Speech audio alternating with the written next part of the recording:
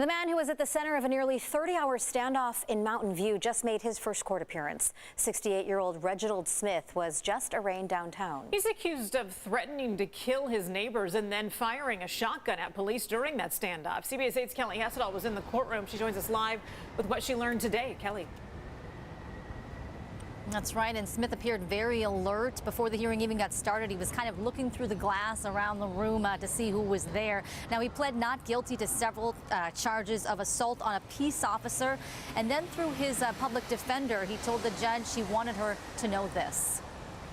He is a retired Department of Corrections officer, that he has no prior record, and I believe that that was confirmed by the district attorney's office.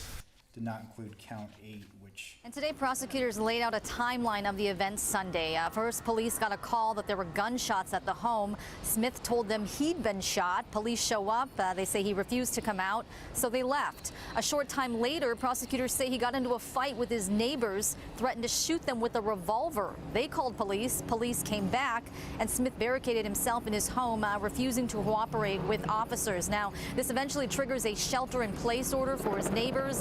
The standoff ends up going on for nearly 30 hours. At one point, police used a vehicle to breach the front of the house so they could release gas into the home to try and get Smith to come out.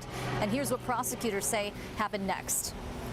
Mr. Smith took it upon himself to take a shotgun of his that he wasn't supposed to possess at the time, move over to a sliding glass window and open fire on the police officers, 4 officers that were inside of the fortified car that were approaching his house.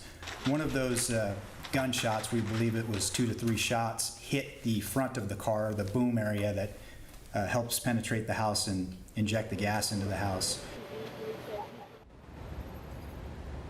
Unfortunately, nobody was hurt in any of this. No police officers were hit. But today we did learn that Smith has 3 restraining orders that were filed against him by his neighbors. Prosecutors say back in May, he threw a brick through someone's window after they parked in a disabled spot outside of his home. We also learned that a gun violence restraining order was filed against him earlier this month here in August. So he wasn't even supposed to have any weapons at all in the first place. Heather and Marcella. Well, given all that information, Kelly, what about bail in this case?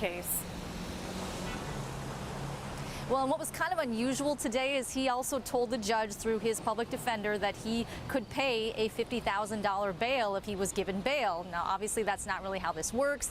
The judge listened to everything the prosecution had to say and deemed that he is a danger to the public and ordered he be held without bail. Now, if he is found guilty, if he's convicted, if it makes it to trial, he faces a maximum of more than 50 years behind bars. Wow, all right.